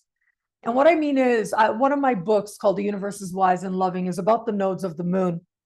And in this book, I talk about how the desire, the promises, the soul contract is what the nodes represent. And in particular, the North Node speaks to the contracts that you're moving towards fulfilling in this lifetime, where you come to own that energy more and more. But also, when we look at the North Node, where is it that key people or places, things, situations are coming in that ultimately become part of your journey in a more meta, larger sense, pulling you towards greater love and greater wisdom? And what is that greater love and greater wisdom? It is the energy of the divine. You can call it bliss. You can call it the gods, right? It is the pathway towards realizing and embodying how it is that you are a divine, unique expression of the ancient gods in this lifetime, in this incarnation, in this modern time. And so, as much as we've got endings, beginnings, endings, beginnings, we've also got these reminders coming in that sometimes take a little bit of intention to listen to. I don't think we're going to have to really bang down doors to try and figure it out. But what's happening now is a part of aligning us with a soul contract, collectively and individually as well.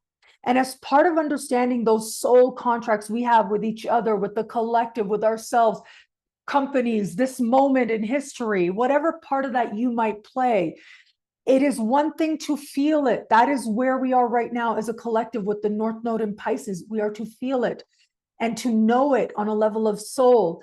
But it is another thing to live it, and the opportunity to live it, and to live it with clarity and intention, to make sure that that's the path you're actually on. I think that is a big part of what the larger lesson is over the course of these weeks. And with this eclipse energy in particular, it is all about how that lesson just might speak through you, might awaken for you in sometimes unexpected and surprising ways. But my hope is it's Aries energy, so it'll be refreshing as well. Okay, what do you think? What are your ideas? Because I know I just went in there like with my Aries energy, excuse me. I've got a lot of asteroids in Aries. I've got Jupiter in Aries, all in my 10th, hugging up in my 10th. So yeah. So yes, the moon, this 9 degrees of Aries is what we're looking at for this eclipse. And then it is Mercury that went retrograde at 9 degrees of Aries as well. Refreshing energy. I love it. Mm-hmm. So how's everybody doing? What's coming up for you guys as I share all this? I'm just looking at that Mercury at 0 Aries. We talked about the cardinal point and the world point and how it crisscrosses with Neptune within a couple of hours. I think that's really, really significant on the world stage. And then I like The Nadiya, ruler how of the you node. reminded us of our own kind of version of that, not just the collective, but our own sort of process and what we're going through at this time as well as really important. Sorry, Maurice, what did you say? Well, that Mercury-Neptune, Mercury rules the Yeah. south node and Neptune rules the north node, and they are Yes. just on that Swapping. point. So something's going to be decided on that date, those March 29 eclipse, Neptune moving into a new sign, and then Mercury moving to 29 Pisces the same time. It's just unbelievable. Like it's something, Yeah, and then that's Venus so in her uncanny. exaltation back in Pisces, can get a lot of perhaps what she wants, or reclaim or something like that, still retrograde. I mean, there's so much depth and richness in this amazing time we're going through. Absolutely. And I love it was said that just now, I think it was Maurice who said something's going to be decided. And yeah, it's almost like we decide something and then we're like, wait a minute, did we do the right thing? Wait a minute, is this how we want to go with it? Because it isn't just that stuff. By stuff, I mean planets, big planets, personal planets are moving into Aries, but they're also going to retrograde back into Pisces. And then they're going to move back into Aries. And I think what's fascinating is, Saturn and Neptune get so close, right? In this larger dance that we have, especially this year, in terms of meeting in the sign of Aries, but they don't exactly get there to the minute until just before Valentine's Day of next year. And I think that is fascinating as well. Like this day that has cultural significance in some of the world, of course, not in all of the world, but it has this significance to it. And what is it? Love necessarily requires us to usually think about others, right? But it's all Aries. So it isn't just about thinking about others. It's about knowing yourself and being true to yourself in the process, perhaps as an act of greater understanding, greater love as well. We may come to understand that. Now, also possible, I'll just throw this out there because I think the day before Valentine's Day is what's called Galentine's Day, right? And that's supposed to be like for the girls to get together and tell each other how awesome they are, right? And so this is where apparently in parts of the world like China, Galentine's Day has become a higher, like more sales happen for Galentine's Day than for Valentine's Day now, because the girls are buying themselves stuff, they're buying each other stuff. And how interesting that conjunction is going to be exact right on Galentine's Day. Look at that. It just might start something brand new for a lot of us out there. Well, yeah, right. Fantastic. Well, there's a lot to look forward to. I think it's quite exciting, everything we're going through, and what we're seeing sort of changing in the world. We knew change had to happen, maybe not quite what we're seeing, but we've been, let's say, talking about this and encouraging shifts and changes for so long, so we're kind of in amongst it all. And I think it's really important to keep that vision of what it is that we would like to see in our lives, or a better world. Like Aries is all about the eyes and the vision and seeing forward. Wow. So seeing forward as opposed to, so it's a very visionary, inspiring time, the Aries and the Pisces, right? We're digging deep back into the inspiration, letting things go, or, retrieving stuff with all these retrogrades going back there. But then also keeping that as the visionaries that we need to be, in these times. So that's my message. Yeah. Well, I think with Aries, when I think of Aries energy, I think of impatience as well. And considering that we're going to have Pluto and Uranus in air signs, I mean, I just think that it's almost like there are technological advances that some of us are no longer willing to wait for. It's like, no, I want to teleport right now. This is not okay. get it together to figure it out. I saw a comedy routine just yesterday where the guy was making fun of how, because he did this routine just when Steve Jobs had passed away. And he said, all these people are like, oh, he changed the world. He changed the world. What? He told other people what to invent. That's what he did, according to this, this comedian who was making these jokes. And I thought to myself, yeah, we're already seeing examples of people like that, right? Already, who are like, no, it's not okay for us to wait a minute longer. This is what I want invented. Go about and invent it yesterday. And so it'll be interesting to see how this whole thing comes together, especially once we get to 2026. And we're going to have that grand sextile taking place. It's going to reach exact. And that is a huge, I mean, I just think it's a big turning point for humanity, a big one. Yeah. How we relate to each other, how we talk to each other, what we're talking about, our modes of communication, our modes of connecting to each other, what we understand that to be. It just feels like we're on the precipice of this whole other world. And it's exciting to be here right now at a time and to be astrologers as part of it, at least for those of us here as part of this event. We all take a mostly like spiritual, modern, psychological, evolutionary approach to the sky. And so how wonderful to be part of kind of guiding people to remind them that whatever's happening right now, it is part of a soul journey as well. Yeah, definitely. Yeah, Beautiful. keep inspired and onto it. And yes, we have astrology. Yes, that's what we're celebrating as well. We're celebrating. The one thing that is interesting as well, I just want to share some notes. Mm-hmm. Nadiya, Thank you, Nadiya. Thank you Should so I much. stop? Yeah, for You sure. You might, I know you have to go. Yeah, or I'll stay on for as long as I get another minute Oh, or good, two, good, but good. yes, Good. I'd love to hear. So these are a few events that are happening today. We're still in the equinox phase. Now, I want to just bring to your attention, where is the chart? That today we're not yet at the equinox as this is being filmed. And I want to bring to your attention that today the sun conjuncts Neptune at 29. And every time a planet moves to a new sign, it has to meet the sun either before or in it. So if it moves into Aries, the sun is going to be there right about, either in Pisces or in Aries. And so that meeting of the planet with the sun, in this case Neptune, is a time to really set the intentions with the equinox, that 29-degree sun Neptune, and then the sun moves into Aries, 0. There is a decision that's being made, and you can plant your tree.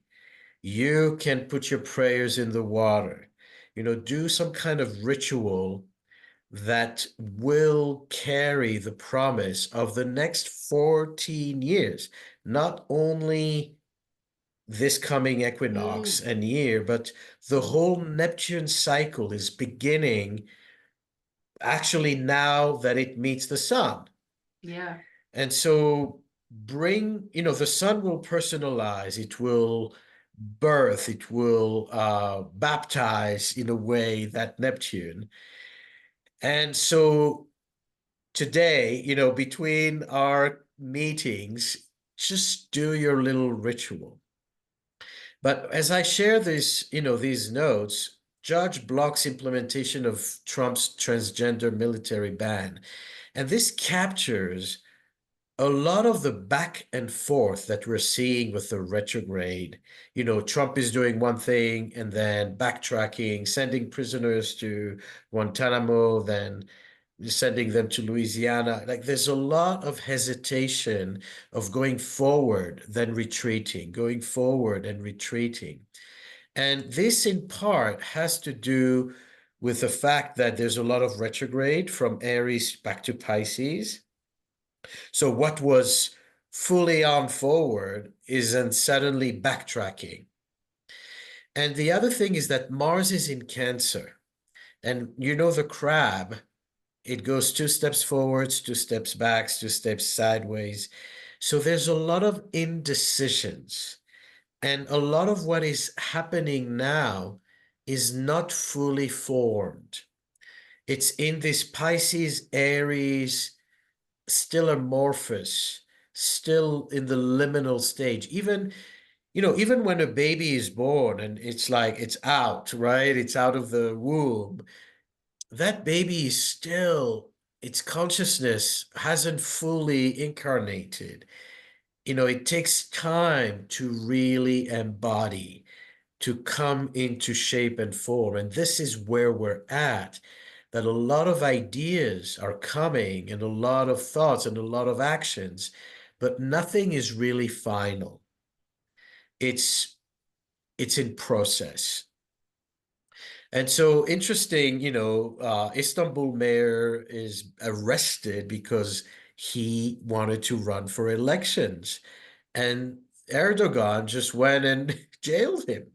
And then basically blocked the internet in Istanbul so people wouldn't protest. So that's also part of this Aries aggression, and that will cause a backlash because you have the retrograde. Trump mentioned that white South Africans can immigrate to the United States, and 70,000 are applying. So that is part of that moon in Sag opposing Jupiter in Gemini, a lot of migration and people, replanting themselves. Those that can and those that are getting deported. Exactly. Wow. A lot of mutability. And then Zelensky says, speaking with Trump and hearing about Putin, that there is hope for peace. And Zelensky is going to have a Jupiter return in May, which can be hopeful for an agreement, as it's in Gemini. The JFK files have been released, and people have anticipated, revealing some of the backstory, which is, again, Aries to Pisces, something from the underworld coming to the light. Yeah, those retrogrades, Mercury, Venus, it's a hot topic. Wow.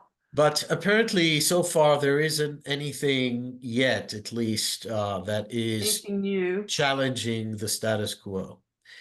And I want to bring, that chart into question.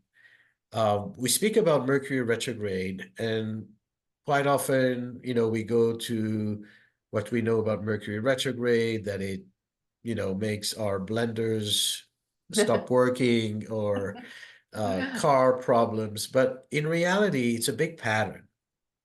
And Mercury retrogrades conjuncts the sun is the time where the retrograde is anchored, just like the Venus star point.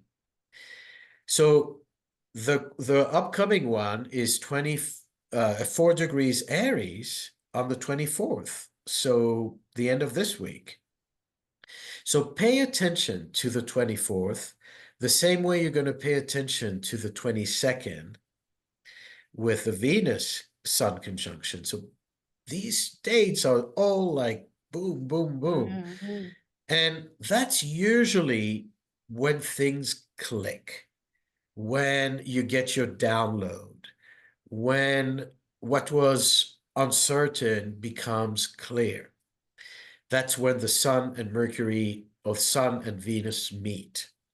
But pay attention and see the pattern here, that all the retrogrades have been in fire signs, and that's what we call the elemental cycle of Mercury. Gary Caton wrote a book about the cycle of Mercury. It's an interesting book to check. But otherwise, we are, since last year, December 24, August 2024, July, April 2024, the fire cycle of Mercury started, and it's going to go for 6 times. Usually it's 4 times, and this one goes up to 6 retrogrades in fire sign.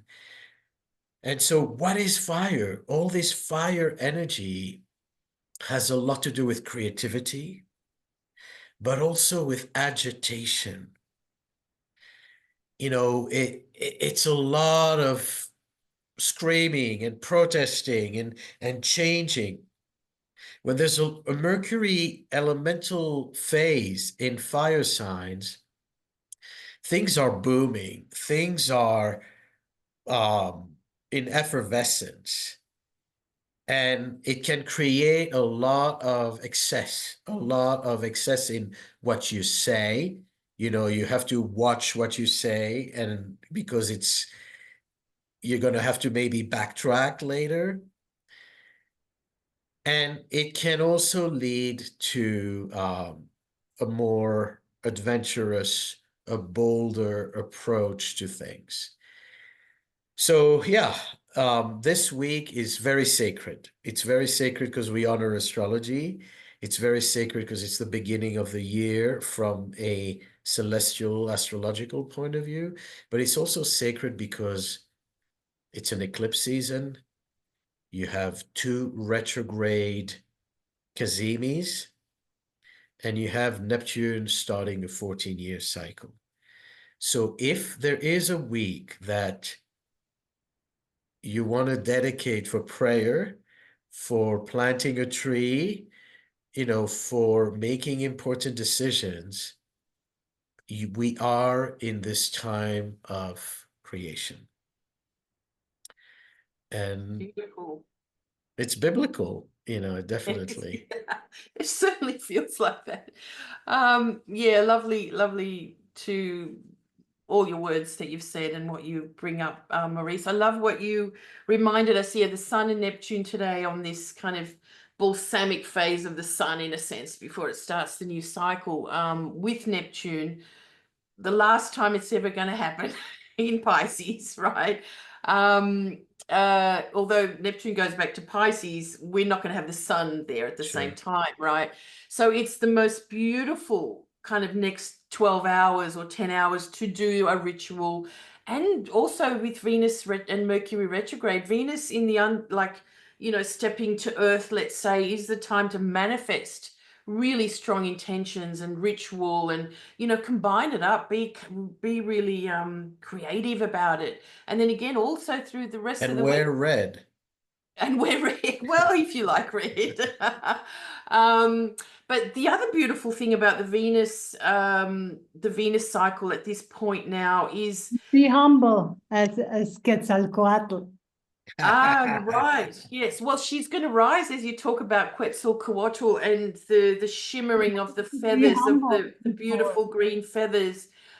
Is that it's the first time in 251 years that Venus will rise in Pisces, like rise out of the sun's beams in Pisces. So that is really beautiful. Okay. Now, when she rises, 10 degrees before the sun, let's say around the time of the eclipse, and when Neptune moves out into Aries, it's going to be different around different times, different areas of the planet. But how beautiful is that, to think that we've got the Venus rising, heliacal rise in Pisces for the first time. The other interesting thing about the Venus cycle right now is the Aries Venus retrograde in northern latitudes. This is what Gemini Brett, we did a Venus class a few weeks ago, looked into, and we've known about this for a while, that the Aries point, the retrograde Venus in some places, northern latitudes, does not disappear. So she does not go into the underworld at all. So she is a morning star. You can see her in the evening star. The next morning you will see her rise. Now that's only at a certain level. Now this is over Russia and northern latitudes of Canada and stuff. So if you've got clear skies, go and stay up all night and watch her go from one spot to the morning spot. So these underworld journeys are very I think a lot of astrologers talk about the underworld journey of Venus at this retrograde position. but it's not always an underworld journey. It can be an incredibly revealing and opening journey. So don't expect the worst. I mean, this is the same with any retrogrades. Like you are called to the earth to remanifest, to reorganize something about your life. And that's what I said when they returned the astronauts from that space station, and that happened during a Gemini phase. It was last with the June. Venus and the Sun, yes, right. And now that Mercury is retrograde, they're returning to Earth. And so it doesn't have to be, you know, and the next star point. Exactly. We're a bit brainwashed about the Mercury retrograde being some kind of daunting thing, but it solves problems. Mercury retrograde is a problem solver. I wanted to capture what you were saying about I'm going to share the right way. Sorry about all this. About Venus being on the equinox point 8 years from now. So we're going to have this week, Venus is going to be at 2 degrees with the sun. And in 2033, which is 8 years from now, it will be right at 0 degrees at the last start point in Aries. Squaring Saturn. Interesting. Wow. Well, that's it. That's the story for another time. I do have like 20 minutes on the Venus star point, but what I'm going to do is I'm going to make a separate video because we're going on too long now. And because I've got charts of the Venus star point. But having said that, there's already a video on the CIA website that I did for Kepler College. So go on there and I'll put the link into the recording. You can have a look at that and really learn about how significant this Venus star point is, the themes that have gathered over the years of my studying these points. And it's just showing up again like clockwork. It's incredible. I love it. I always say, why do we not use the Venus star points more? And of course it's growing because it really kind of pinpoints, like eclipses do, the themes of the year and what is really being presented, in the world culturally and geopolitically, all kinds of things, trends and fashions and, all of those things that Venus represents. So, but it's been great. I'll add the link to the recording, to the video. Great, thank you. Yeah. So look, thank you so much, Maurice. First of all, tell us a little bit about tomorrow for those that, of course, will see this and then go, there is another really big part to this. Yeah. And so tomorrow we have 15 speakers who are going to present short presentations. And you can come in and out, as you're able to. Later, we'll send you the recording. That's why you register to have the links. And so if you miss some parts, that's going to be fine. But some of the things are going to happen live as far as questions and as far as, the interactions. But it's a Neptune fest. It's an astrology fest. It's an Equinox fest. Because of what we've highlighted here, we need, as astrologers, to align, to celebrate, to acknowledge these cycles that are changing our lives and are changing civilization. Yeah.